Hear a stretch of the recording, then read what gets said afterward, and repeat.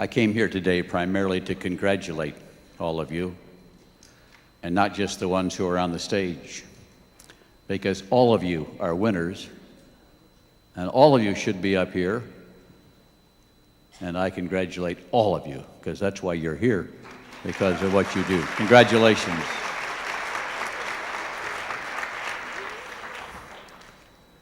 I asked the management whether we could afford this or not, and they assured me we could, because you're doing such a good job and the business is doing well, and so we have much to celebrate today. But most of all, I celebrate your love and your friendship and all the years that we have grown to know the beauty and the wonders and the talents of the people of Malaysia. It has been always a highlight for me to come to Malaysia.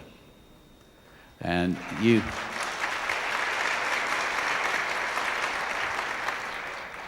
my memories from meeting your Prime Minister when he spoke to one of our meetings, to Jerry and Angela being honored by the king of your country and becoming a Datu Sir Jerry, Datu Sherry, Jerry. You know, I hardly know what to call the guy anymore. But I'm just going to call him my friend Jerry, if it's okay. But if it wasn't for Jerry's persistence and faithfulness and loyalty to the Amway business during difficult times, I don't know where we would be today.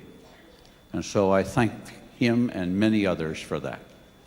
Sonny, it's good to see you again. And we love you. And I remember us flying together from someplace to someplace on one of our journeys out your way. So my memories are many, and many of you weren't around the day you mobbed us at the airport in Kuala Lumpur. I think the Prime Minister of your country was jealous of that, and he probably still is. Because he said to me, nobody ever came out to the airport to meet me like that. And that was undoubtedly a record for that whole country, to see that many people come to say hello to one person. And so that's one of my special memories as well. We thank you for that.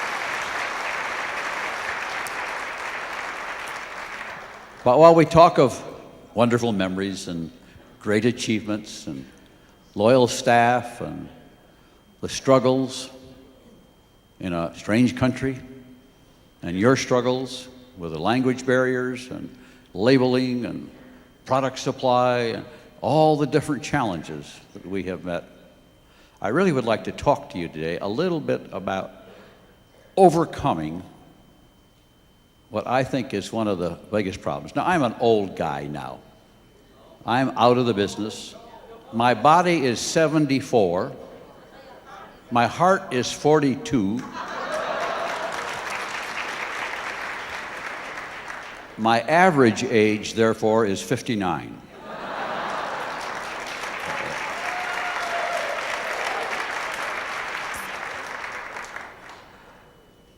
But when I try to say things to you as leaders, I recognize the challenges you have to overcome and that you have had to overcome just to get here.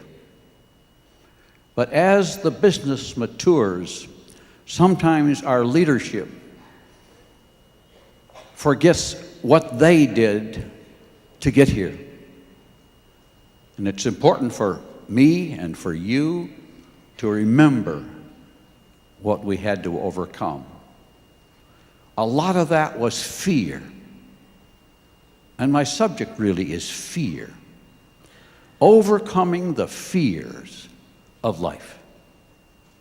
The fear you had to overcome of going into Amway and what other people would say if you got in Amway. The fear of selling, and you had to overcome that, and the resistance of people who said the price was too high or the product wasn't good. But all over the world are people who are afraid to sell And they say, oh, I can't sell. But a lot of you said that too. And a lot of you felt that way once too. But you overcame that fear, didn't you? And so it is with the fear of where this company is going. Because oftentimes when the business has setbacks, I wonder what's going to happen. And the fear of change comes in on us. And the old guys are gone. And Doug and Dick are there. And so that's a change. But as we get older, those are good changes. But it's important to recognize the passage of time. But remember, as we work on overcoming our fears, our personal fears, our corporate fears, the fears of our own destiny, our own health, our fears we have to deal with also as to how we feel and what our health is like. I see Jerry's even limping now. It's okay, going to be all right, huh?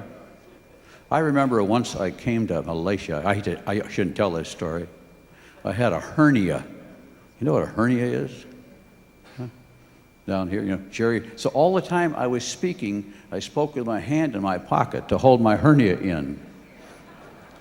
Some people said, get your hand out of your pocket. And I said, I can't. I guess that's not translating very well. It's okay. Only Jerry knows. He'll tell you sometime in your language. But those were fears all the time. Now, the best way I can help you understand overcoming fears is to take you through the fears and the challenges that we have gone through so that you'll understand that this business is built on solid ground. The United States government challenged the rights of individuals to sell vitamins. And our companies fought a long war with the government. When doctors and most people all over the world said you do not need vitamins, we went out and said you do. And so we overcame that fear. Many distributors quit because of what their doctors said about you don't need vitamins.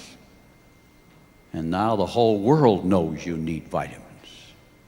So it took courageous people.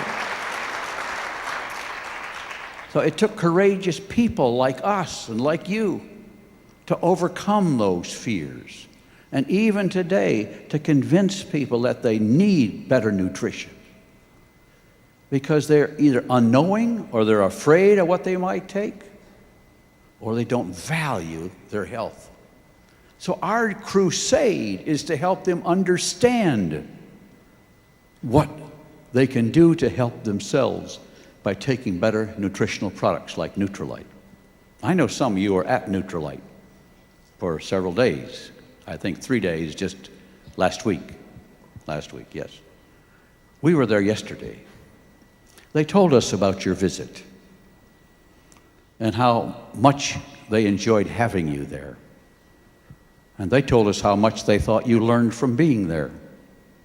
One of the souvenirs they showed to us yesterday was a smashed pack of cigarettes. Because as they talked to some of you about having better health, somebody in this crowd became convinced they should quit smoking. And so that smashed pack of cigarettes was left on the seat because somebody just smashed it and says, I quit. That's part of the crusade of what we're all about, in helping people discover how to live better and to take better care of themselves. You know, it isn't always a matter of just living longer. It's just a matter of living better and healthier while you're here. And so that's what we're all about. You know, Jay and I started in Nutrilite 50 years ago, 51 years ago.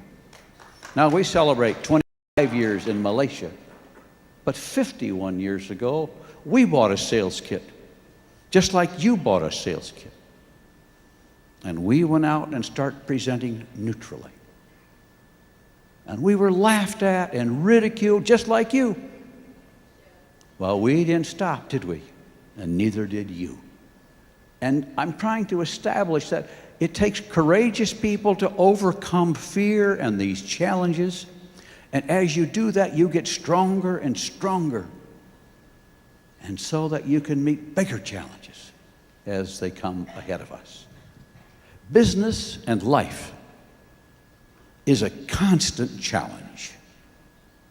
There is no end to the challenges you will face.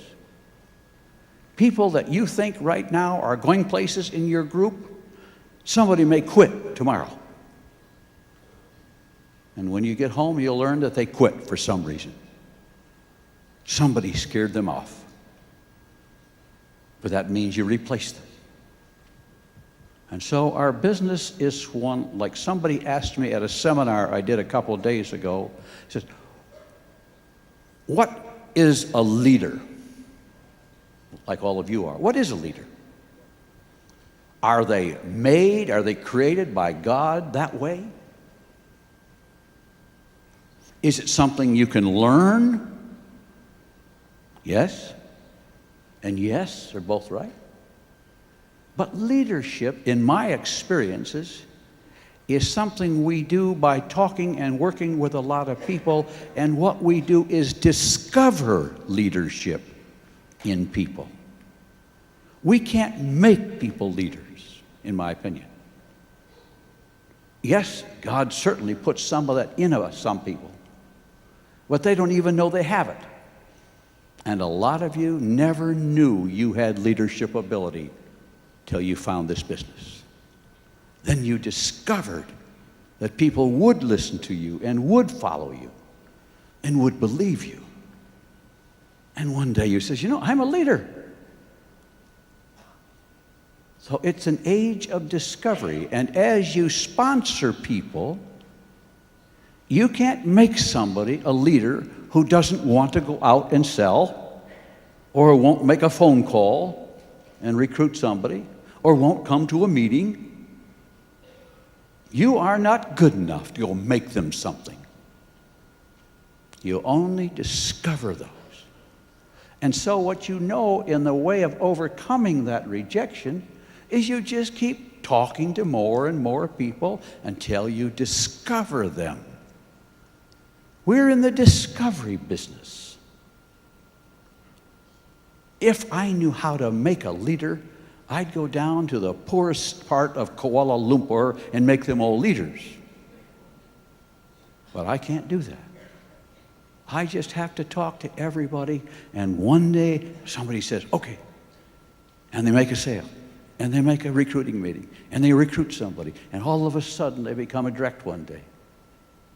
Because they took upon themselves that responsibility. So leadership is a part of our discovery process. Now, once we understand that, then the fear of somebody dropping out disappears. Because then we just replace them. But we don't allow our business or our life to be controlled by what one other person does or says about you.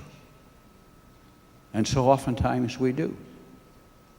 Now, we've had a whole run through the United States, mostly in the United States, of people telling their distributors, because they're afraid to sell, their answer is, you don't have to sell. I must tell you, that's the wrong answer.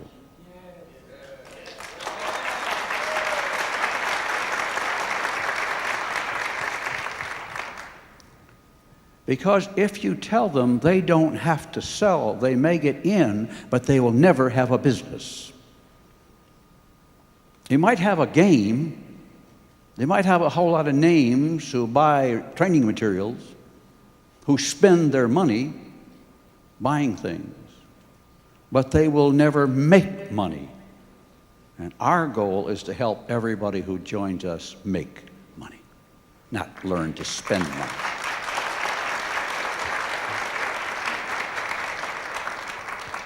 And that means you face people who say, oh, I can't sell. And you say, let me show you how. And you take them by the hand and you teach them and show them and watch them. And then you discover that person because you put some time in them. And you help them overcome their fear. Now, some of you, as you get bigger in the business, then you worry about business. And what's the company going to do? You know what the company's going to do?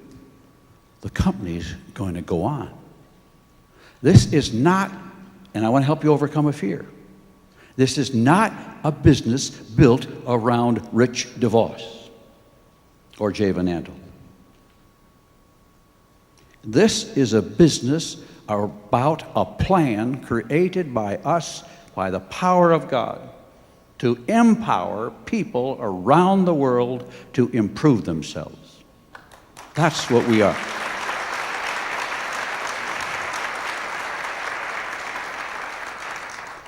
When the business becomes built around the individual, it is a wrong business and a weak business. Because the plan can go on forever. Our responsibility is to make sure the people like Jim and others who administer this plan protect the foundations of the plan so that the commitments made in the plan go on forward. You know, as the business went through changes, and sometimes Jerry, sometimes Fu, sometimes Sonny, sometimes Chan would say, you ought to do this, you ought to change that. And they talked to us, and, you know, some of those things they suggested we were able to do. But sometimes they wanted us to undo things that were done in the plan. And we said, we will not undo the plan. We will only improve the plan, even though when we look back, we know some of those things probably aren't quite right. But just because they aren't quite right for the new crowd doesn't mean we can undo them for those who bought into this plan when they were designed that way.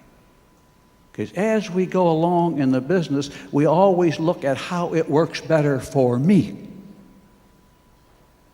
And sometimes when you watch people do things in the plan and in their side issues of the business, they don't share the money amongst all the people. They just take the money for a few people at the top. But in the Amway business, it's a PV-BV business, so that it is shared all the way down the line. Not just skewed to somebody who might want it. Now, those are principles we follow in the Amway business. We protect the lines of sponsorship. I know in the tape and book business they don't honor that always. And that I'm not arguing that point. I can't control that. I can control something else. And that is we honor the lines of sponsorship in the Amway business.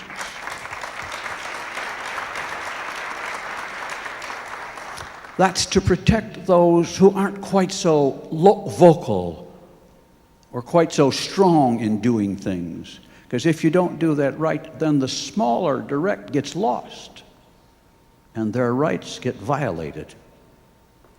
So I come to you today to assure you that you can forget that fear and don't worry about that, okay? Those are things we protect. And they aren't always the best thing to build the business or to recognize somebody. But when we started in Malaysia, we probably had 5 ways you could make money. And today we probably have 12 ways that you can make money. We have, it seems to me, 100 ways you can get rewarded and recognized. We give you a penny for just standing up. Sometimes you can get a pin just for coming to a meeting. That's okay. part of our business is rewarding. Another part of our business is recognizing. Recognizing the importance of the individual at every level in the business.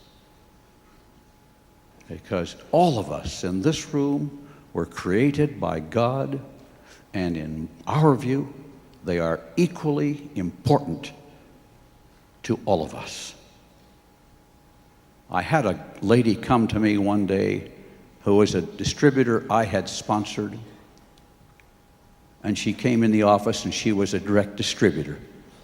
We had the big company and big offices, and I came downstairs, there she was. And I said, "Ruth, how are you?"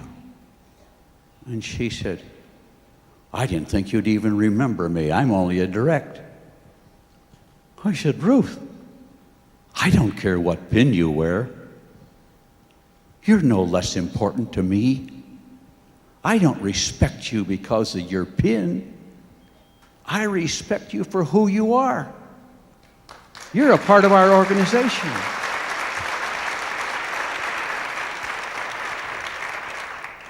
It isn't what you do, but who you are. Being a part of this organization at any level is important. And I know people say, "Diamond's where it's at." Well, there may be something up there that Diamond's where it's at. But there's a whole lot of ats other places in the business. And sometimes the at is just having friends who, when you're sick, will pray for you and come over to see you and to help you. That's where it's at. That's the comradeship and fellowship that builds our business. This is not just a business for money. Yes, you can make money. But the main thing you make in this business along with that are friends. And for a lot of people who are lonely in this world, this is a business of friendship. And then out of that, you begin to make money as well. But it's all built on having as much respect for the one you sponsor as you have for the one who sponsored you. Now, those are things I share with you so you don't get afraid of the changes that come, because this business is designed for the generations, not just for us. And so the things we do are all done carefully to protect those who came 25 years ago and those who will come in 25 years from now. This plan is just as good today as it was for Jerry and Angela when they joined 25 years ago. Everybody says, "I should have got in at the beginning." Oh, really? If you'd gotten in the beginning, you might have quit a long time ago, because it was a lot tougher than it is today. And so you come today surrounded by a successful history, and you build on that history. And I know a lot of plans, because of the way the plans are written, favor those who got in at the beginning. But anybody who joins Amway today has just as good an opportunity to be where Chan is, a better opportunity to be where Chan is than Chan did when he came in. Very important. Because everybody thinks, "I should have got in on the ground floor, so I'm not going." I have all sorts of people tell me that. "Oh, I should have got in the beginning." I said, "What difference does it make?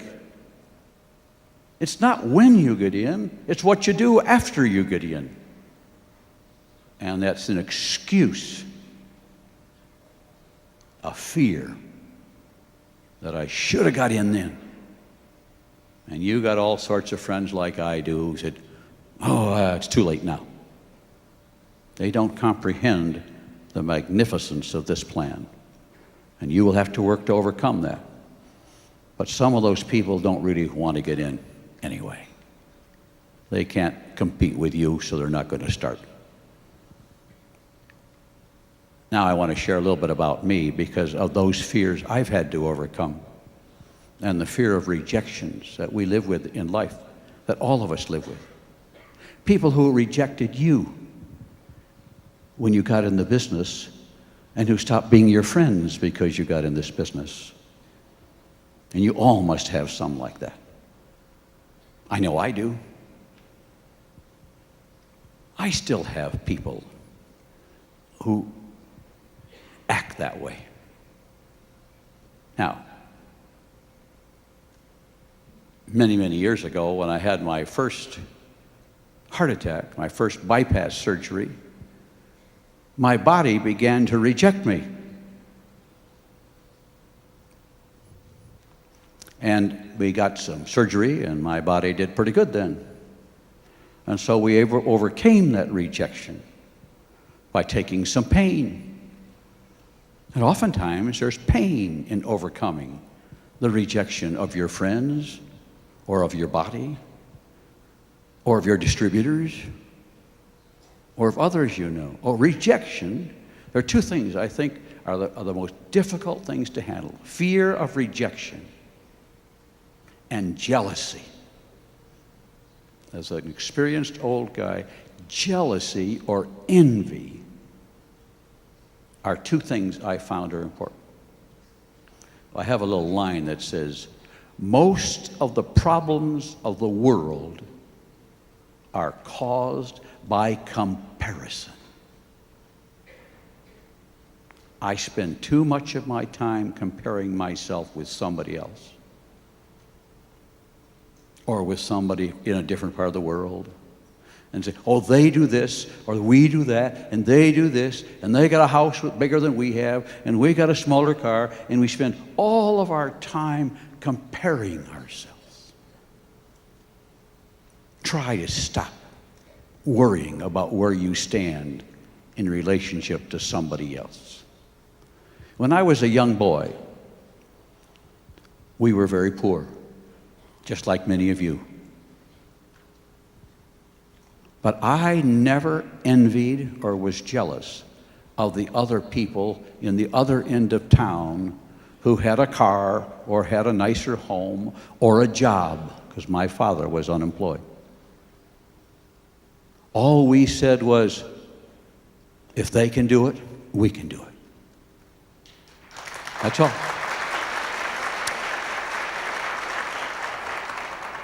And we're going to go to work and work harder so we can do better and improve our condition. That's what you've done. So I'm going to go to work to improve our condition. And now you can keep doing that. So that's a problem. Don't worry about that one. But you know, I was getting rejected by my body. And then about 10 years ago, I had a stroke. My left side is still paralyzed to some extent. That's why they give me the old man a chair once in a while. That's why I'm not walking around the stage like I used to, because I'm a little unsteady because of a stroke. And my hand is numb. But just like all of you who have certain things in your body that aren't working quite right, that's okay. You just walk and keep going. And we all got something. But we don't let that control us, do we? But our body's rejecting us a little. So I got a stroke, and then a bad heart attack, and then another bypass surgery, and then a bad staph infection, which almost killed me. That was worse than the heart attack, I think. Although when I went to the hospital for the bypass, the doctor said, well, we'll wait to operate till morning. If he's living in the morning, we'll operate. But he didn't think I would make it through the night. That's how bad my heart was at that time. But the Lord kept me alive till morning. And so he operated and bypassed. And I lived then for some time. But I had a bad staph infection because I lost all of my breastbone at that time. Because when you have staph, it's like battery acid. it ate up the breastbone. So my chest bones were in two pieces. And I lived with that until I had my heart transplant. And then he was able to pull it back together. But that was okay. We came through that too. Prayer of my friends and of many of you was a part of that healing process. And I thank you for that as well.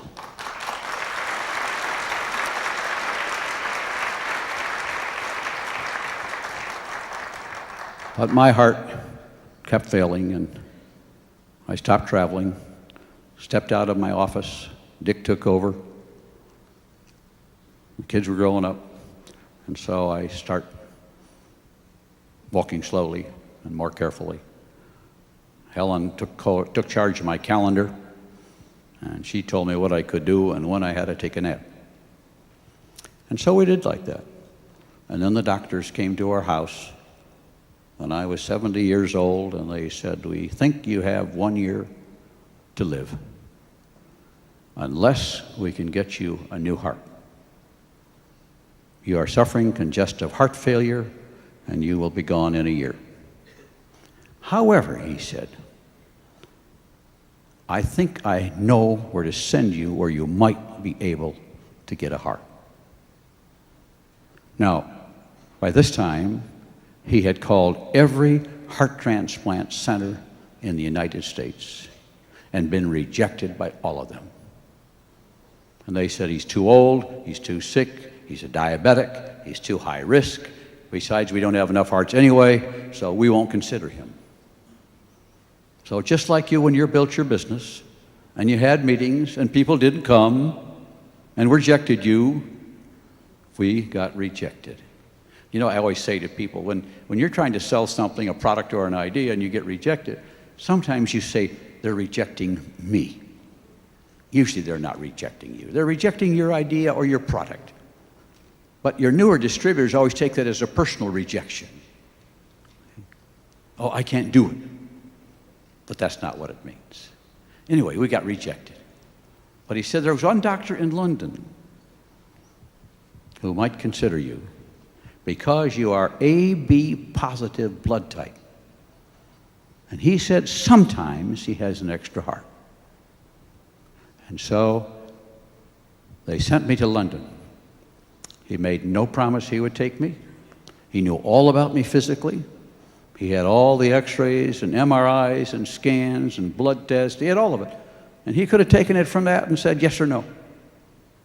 But he said, "No, I want to meet him." And so we flew to London. Helen and I moved into the hotel. We said, "We're staying. We're going to get a heart." He hadn't said he'd give us a heart yet. But he was the only one left in the world.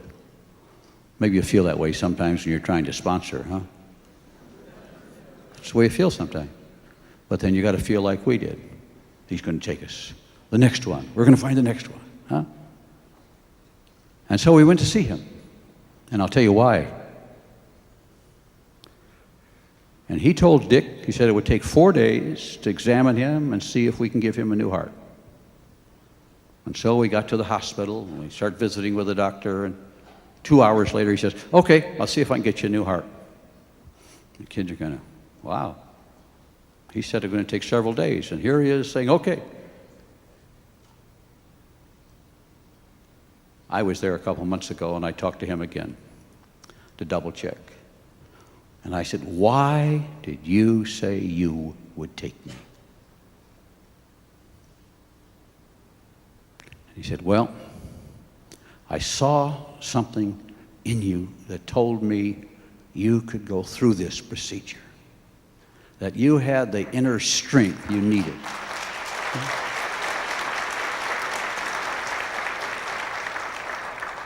He said, "It just seemed to me you had purpose in your life.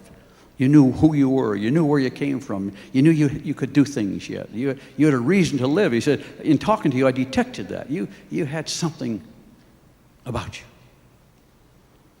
Now, you see, I know what that something is. See, that is the Spirit of God in me. And if you know God, it's in you. And that's why you can overcome rejection. Because you have what it takes to go through that. And as a Christian, see, I know who I am. And it was okay if I died. I was ready for that. And it was okay if I lived. I was prepared for that. But he said, you had something about you. And you see, that is why you are in this room today. Because you have something about you which overcomes all those rejections. And remember that when you're down. And you're down to the last one. Because you have it. You've overcome so much that you have proven that you have the ability to go on. Now, he accepted me.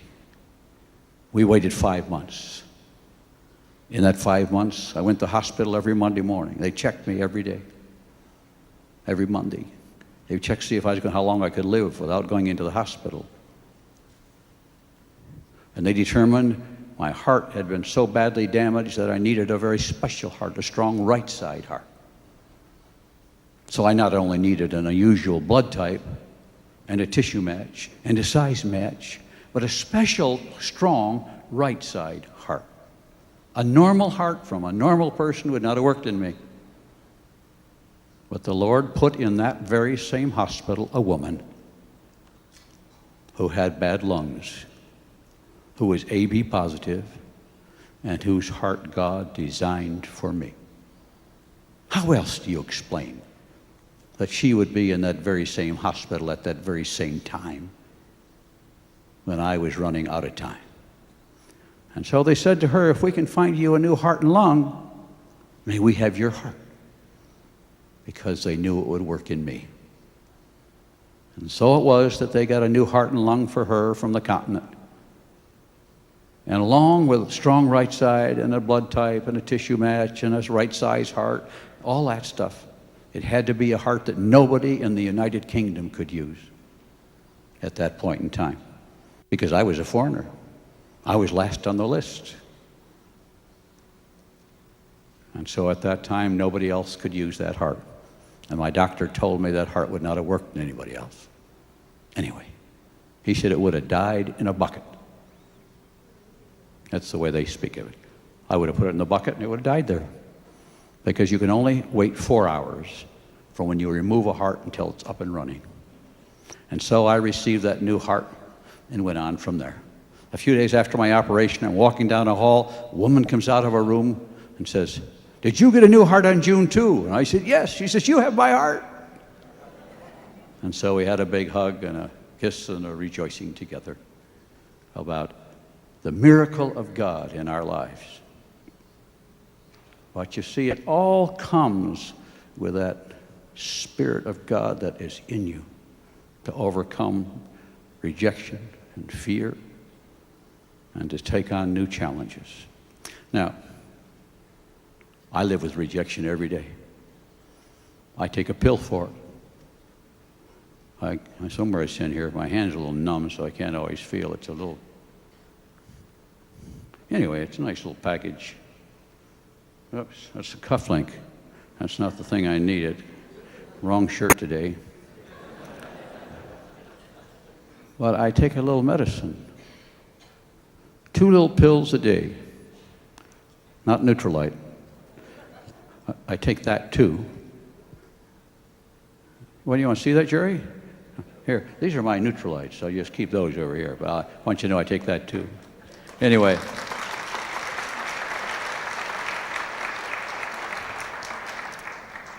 How do you overcome rejection? I take a pill for it. I have the power of God in me, just like you. But I also overcome fear by doing the things I fear.